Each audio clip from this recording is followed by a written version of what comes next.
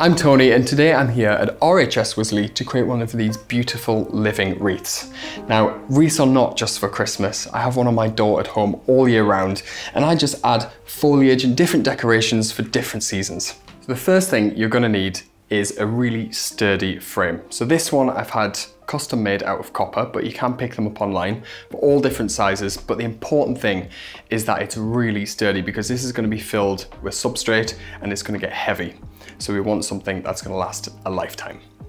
Once you've got that, you need to cut a little piece of Hessian just bigger than your frame, like this. Flip it over, and in here is where your substrate is going to go.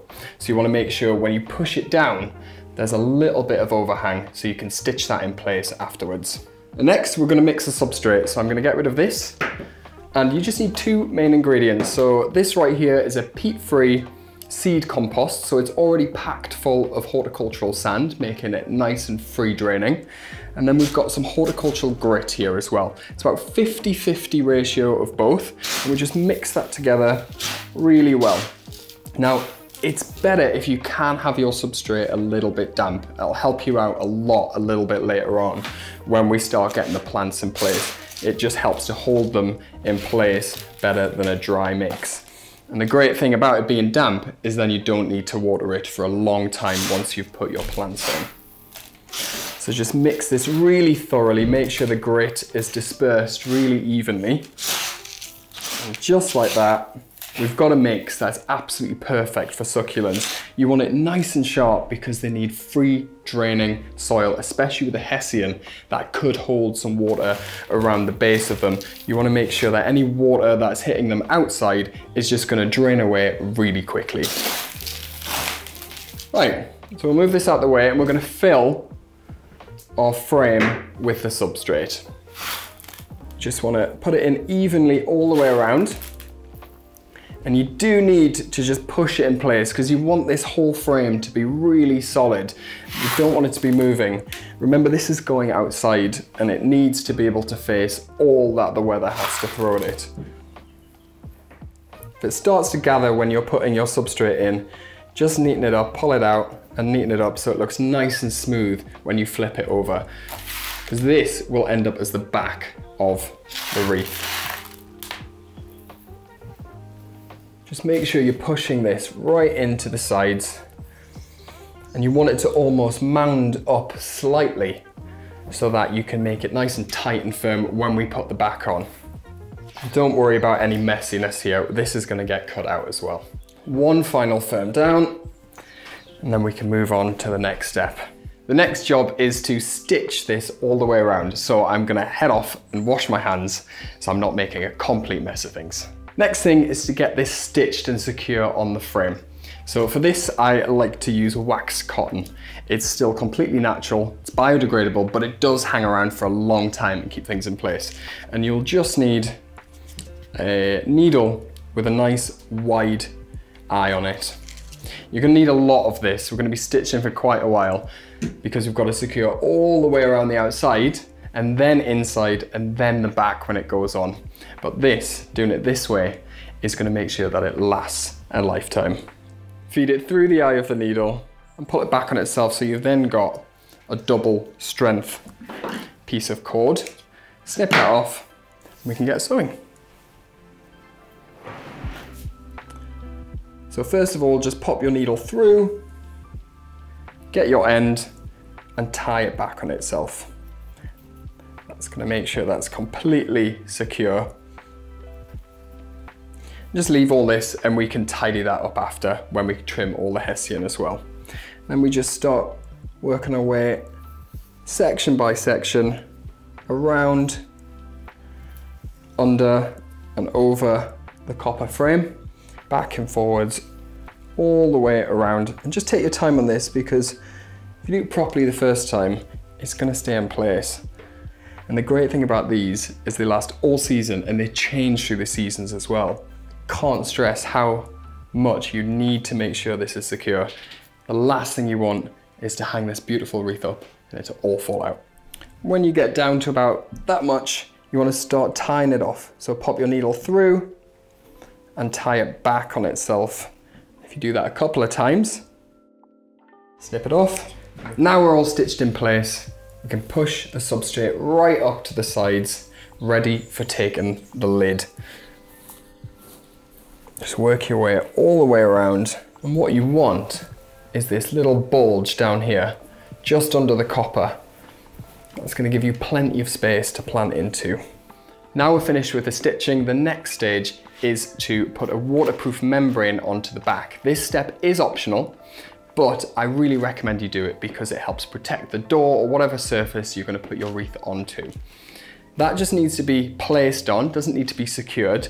And the next step is to then add more Hessian onto the top and just check that you've got a nice overlap around the outside, and then it's back to stitching again. And what you want to do this time is pop your needle through the top section, under the frame, through the bottom section, and then back round on itself. So you're securing the top to the bottom and all of it back onto the frame. And on the first one, just remember to tie that off nice and secure. And that gives you a good firm foundation for the rest of your stitching. And then we can carry on. Through the top, through the bottom, and then back round on itself. Fantastic, so you can see that that is nice and taut across the back of it, and then we'll start to see what it's going to look like when it's finished, when we lift this up.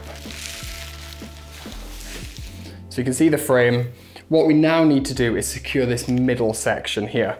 So we're going to flip it over and stitch into here all the way around, and that's going to keep it tight and keep the substrate in the donut frame. So we've stitched all the way around the inside, and this is the last pass of the needle, and then we're going to push it through to the back so that we can keep all of the knots and tie it off in the back. Just flip that over, and then we can just knot it off using one of the first strings.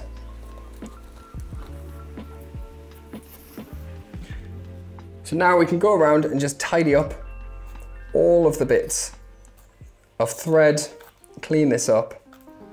Once we finish that, we can now start tidying up the outside of the Hessian. We just cut into it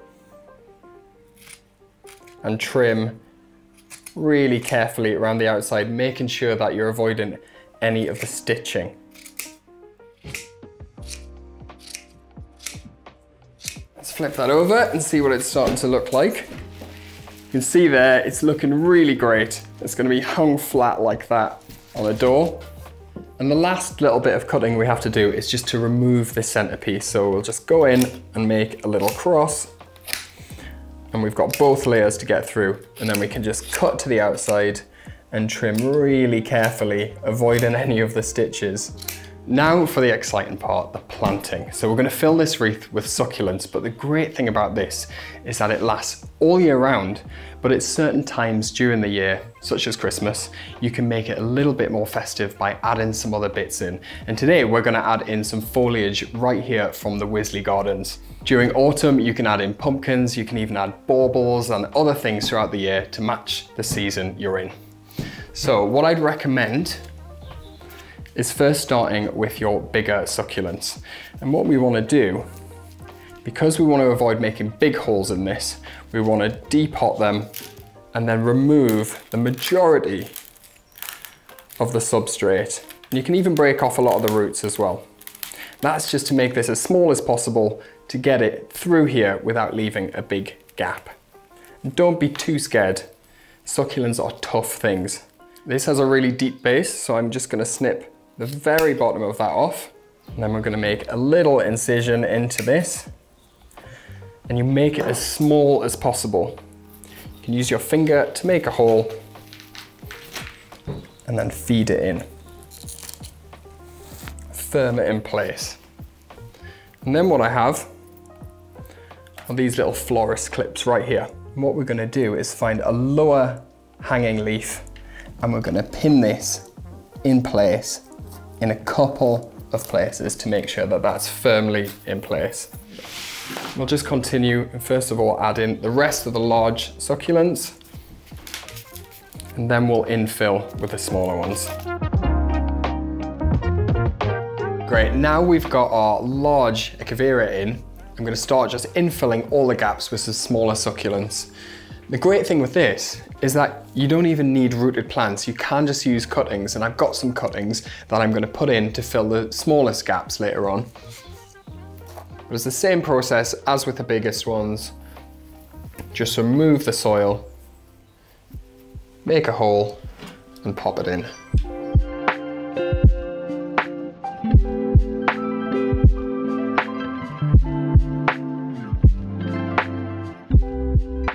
That's it, the wreath is finished and looking beautiful and abundant, filled with succulents. Now, because we want it straight away, I used a lot of floristry pins to keep the succulents in place. But ideally, you would just leave it flat for a couple of weeks or a month just to allow them to root in. Because it's Christmas, I want to add some more foliage in here. So I'm going to head out into the gardens at Wisley and collect some foliage with the curator, Matt Pottage. So Matt, the wreath is looking great, but I want to make it feel a little bit more festive. So can you show me some things in the garden to make it look a bit more Christmassy? We've got no end of nice evergreens, we've got some fruits, some berries, and of course I'm going to send you away with some conifer. If Brilliant. You can cope with that. I don't know if you're pro conifer, anti conifer. I'll get it in there. Amazing. Okay, we're going to start on the edge of the conifer lawn where we've got a really good Cupressus to have a look at. Let's go. Okay, so it's Cupressus arizonica blue ice. What do you think? I think it's beautiful. I think it looks stunning, but the thing that's standing out to me is the scent. It's so good, right? It's the so scent good. is so nice. And not only is it that wonderful foliage, but these cones with this waxy coating. Yeah. And then you've still got some of the pollen cones there, the strobili, as they call them, conifers. So, I mean, it's just got it all, right? It really has. I think we can even take some of these off and use them individually. So that's definitely one for the wreath. So I think a lot of people might have this at home. This is Pittosporum tom thumb, and it's quite popular, and I think deservedly so. You know, you can clip it, you can shape it, you can leave it to grow as a hummock. And with some of the pink succulents I know you're working with, yeah, I think this could chime really well with the colours. I think it will too, especially these really dark pieces, which will just accent through the wreath. So we've got some nice foliage in the wall garden here. There's some ivies, there's some hollies, some Pittosporum. So I think we might find something else that chimes with that, the pink and blue colourway that you're going for. So people might not imagine privet as being an exciting evergreen, but this is a cultivar called rotundifolium. It is quite slow growing. It's got these lovely thick leathery leaves. And I just don't think you see it around. I think it deserves to be a lot more popular. I think it's gorgeous. I love the way that it's more open as well. And it almost looks cloud pruned. It does, doesn't it? Yeah, it really does. There's no real pruning to speak of here. It's so thick and fleshy compared to other privet. I think that'll be really good as a sort of dark green base for the wreath. So what do you think? I've never seen so many berries in one place. So these group plantings of Calicarpa, the pollination is almost guaranteed with this much, this density. So it needs the maximum pollination to get this level of fruit. Yeah, we find if they're on their own, they're not always that heavily laden. So these group plantings, always has fruited so reliably. Absolutely beautiful. And this is a cultivar called Imperial Pearl, which, to be honest, it's just got a slightly more upright habit than Profusion, which you see around a lot more, which tends to cascade more in older age. But yeah, anyway, wonderful fruit. This has to go on the wreath. Sneak a few of these, yeah. So good old-fashioned classic, variegated Pittosporum, tenuifolium silver queen. What do you think? A few sprigs? I think a few little bits, just a few tips off it will be great. Okay, right, I think you've ravaged our borders suitably. I think I have. This looks and smells delicious, actually, so I'll catch up with you later to see what you've created. Brilliant, thank you. Over to you. Back to the lab. Great stuff. Great, I've got all of the foliage from the garden now, and I'm most excited about adding these really vibrant Calicarpa berries into it. It's just gonna really lift the wreath. But first, I better stick to some greenery before I get too excited. So we'll grab some of this beautiful privet, and just like the succulents, I'm gonna use these really handy florist pins just to start pinning things in place. We just want a little highlight of green and lushness. Not too much, because we don't want too much moisture to be hanging around the succulents, because it's not what they like. When you're adding your foliage, just go really careful, because The succulents are really delicate, and the last thing you want to do when you've spent all afternoon doing this is to damage some of them. That's it, it's all done and it's looking lovely. All that's left to do now is get it on the door.